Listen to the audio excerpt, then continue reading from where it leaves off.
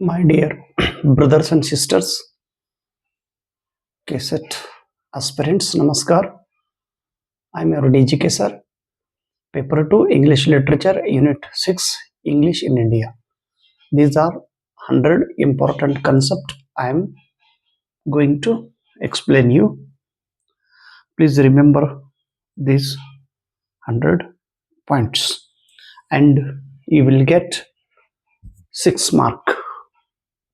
Okay. Each and everyone should remember these 100 points. Let's start.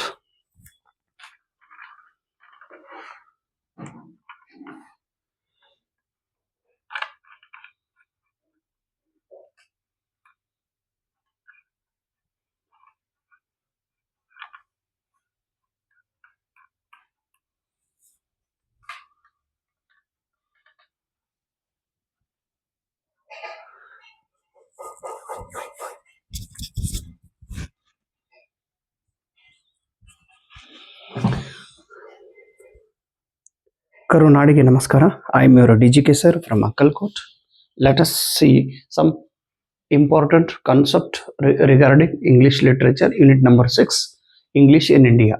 So kindly write down all the points in your notebook with different color pen and read it, revise it, remember it, and write in your exam. Now, 21st question. Important concept. T.B. Macaulay. Thomas Babington Macaulay's minute.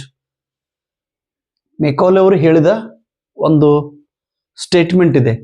Please remember this statement. Minutes on Indian education 1835. Macaulay ಹೇಳಿದಂತ ಇದು ಒಂದು ವಾಕ್ಯ ನೆನಪಿಡ್ರಿ. Whether we look at the intrinsic value of our literature.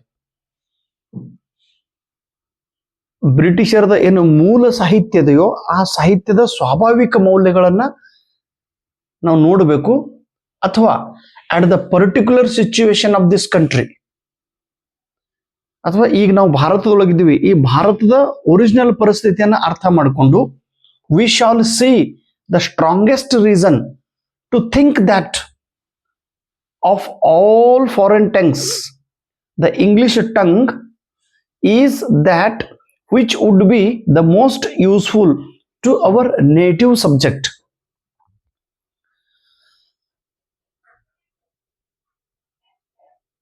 England ಏನು ಸಬ್ಜೆಕ್ಟ್ಸ್ಗಳದಾವ ಆ ಸಬ್ಜೆಕ್ಟ್ಸ್ಗಳನ್ನ ಭಾರತೀಯ ಜನರಿಗೆ ನಾವು ಕಲಿಸಬೇಕಾದ್ರೆ we should use English language, we should introduce English language ಅನ್ನೋ ಮಾತನ್ನ ಅವರು ಹೇಳಿದರು. ಅನೇಕ ಭಾಷೆಗಳಿದ್ದು ಫಾರಿನ್ ಲ್ಯಾಂಗ್ವೇಜಸ್, ಬಟ್ ಇಂಗ್ಲಿಷನ್ನ ಯೂಸ್ ಮಾಡಿ ಭಾರತೀಯ ಜನರಿಗೆ ಇವರ ಲಿಟ್ರೇಚರ್ನ, ಇಂಗ್ಲೆಂಡ್ದ ಲಿಟ್ರೇಚರ್ನ ಕಲಿಸುವ ಸಲುವಾಗಿ ಕಲಿಸಬೇಕಂತೇಳಿ ಟಿ.ಬಿ. ಮೆಕಾಲೆ ಹೇಳಿದ ಮಾತು. Then here are 3 famous books. ಇಲ್ಲಿ 3 ಪುಸ್ತಕಗಳದ. ಈ 3 books are related to English language in India. ಭಾರತದಲ್ಲಿ ಇಂಗ್ಲಿಷ್ ಭಾಷೆ ಬೆಳವಣಿಗೆ ಹೇಗೆ ನಡೆಯಿತು ಅನ್ನೋದ್ರ ಬಗ್ಗೆ ಮಾಹಿತಿಯನ್ನು ಹೇಳಿದಂತ these 3 books. The Mask of conquest.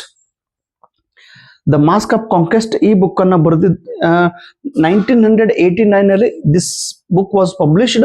It's subtitle was the literary study and British rule in India. Literature study, literary study and British rule in India. ಭಾರತದೊಳಗೆ ಬ್ರಿಟಿಷ್ ರೂಲ್ ಹೇಗಾಯಿತು, ಹೇಗೆ ನಡೆದುಕೊಂಡು ಬಂತು ಅನ್ನೋದ್ರ ಬಗ್ಗೆ ಮಾಹಿತಿಯನ್ನ ಈ ಬುಕ್ ಅಲ್ಲಿ ಬರೆದಿದ್ದಾರೆ. ಯಾರು? Gauri Vishwanath. Please remember this book. ಸಾಕಷ್ಟು ಸಲ ಇದು ಪರೀಕ್ಷೆದೊಳಗೆ ಪ್ರಶ್ನೆ ಕೇಳಿದ್ರು. Then another book, the gift of English.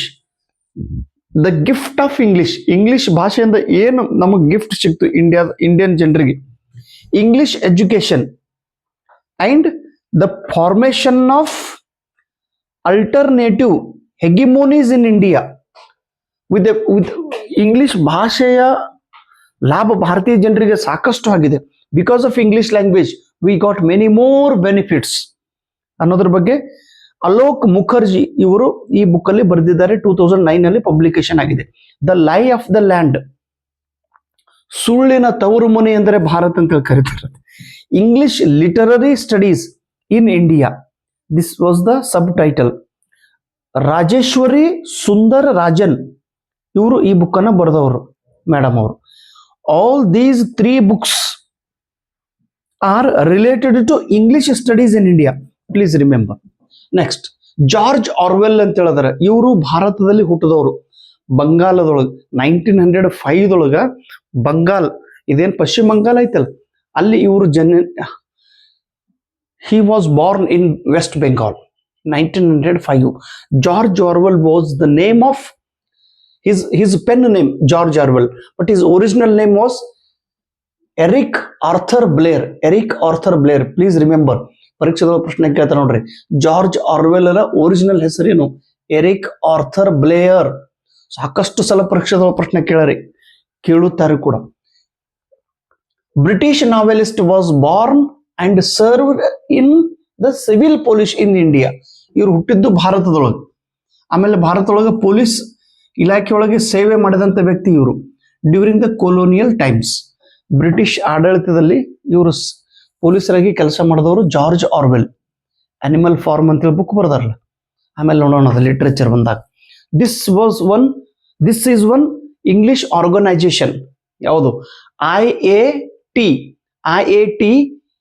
IATEFL, international association of teachers of English as a foreign Language ಅನ್ನೋ ಒಂದು ಸಂಸ್ಥೆ ಇಂಗ್ಲೆಂಡ್ದಲ್ಲಿ 1967 ಸ್ಥಾಪನೆಯಾಗಿತ್ತು. ಇದು ಇಂಗ್ಲಿಷ್ ಭಾಷೆಯ ಬೆಳವಣಿಗೆಗೆ ಕೆಲಸ ಮಾಡುತ್ತಿರುವ ಇದೊಂದು ಸಂಸ್ಥೆ.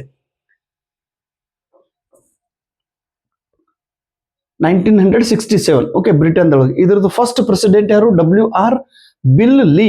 ಇದು ಪರೀಕ್ಷೆದ ಪ್ರಶ್ನೆ ಕೇಳಿದ್ರು ನೋಡು. ಡೇವಿಡ್ ಕ್ರಿಸ್ಟಲ್ ಇದರದ್ದು ಒಂದು ಪ್ಯಾಟ್ರನ್ ಆಗಿದ್ದಾರೆ, ಆಶ್ರಯದಾಯಕರಾಗಿದೆ. Please remember the full form of IATEFL, international association of teachers of English as a foreign language. Then next 25, ಇದೊಂದು concept. The Calcutta university commission, already ನಿನ್ನೆ ನಾವು ಡಿಸ್ಕಸ್ ಮಾಡಿವಿ. Calcutta university commission is also known as Sadler commission.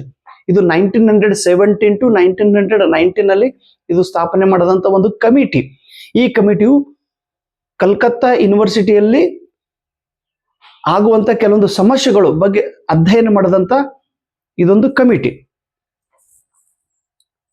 It was also called as a ಸ್ಯಾಡ್ಲರ್ commission. 1917 ಒಳಗೆ ಇದನ್ನು form ಮಾಡಿದ್ರು. Problems of Calcutta university, ಅದರ ಬಗ್ಗೆ ಸಮಸ್ಯೆಗಳನ್ನ ಅಧ್ಯಯನ ಮಾಡಿ ಸೊಲ್ಯೂಷನ್ ಅನ್ನ ಕೊಟ್ಟಂತ ಕಮಿಟಿ ಇದು. Improve the condition of secondary education. Please remember, secondary education system ಅನ್ನು ಕೂಡ ಸುಧಾರಣೆ ಮಾಡಬೇಕಂತೇಳಿ ಈ ಸ್ಯಾಡ್ಲರ್ ಕಮಿಟಿದವರು ರಿಕಮೆಂಡ್ ಮಾಡಿದ್ದಾರೆ. Thank you so much. ನಮಸ್ಕಾರ.